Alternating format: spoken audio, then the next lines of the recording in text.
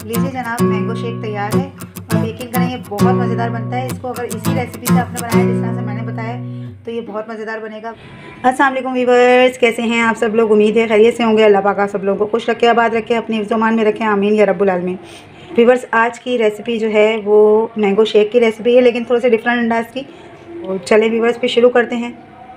ये मैंने 3 आम लिए हैं और उनको गुठली में से निकाल के अलग कर लिया है, यानी कि इसके चंक्स भी हैं कुछ इसमें, और ये आपके सामने नज़र आ रहे हैं कटे हुए आम हैं।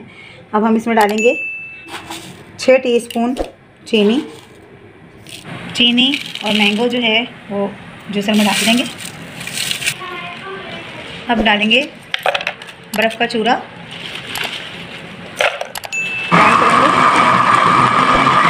फर्मेंटेशन के लिए थोड़ी सी डालेंगे हम आइस क्यूब,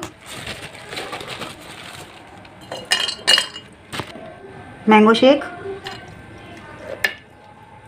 दूध,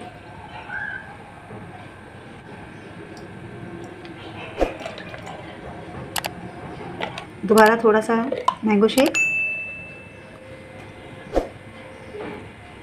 अभी हमने ये शेक कंटेनर में बनाया शेक, अब हम इसको ग्लास में बनाएंगे।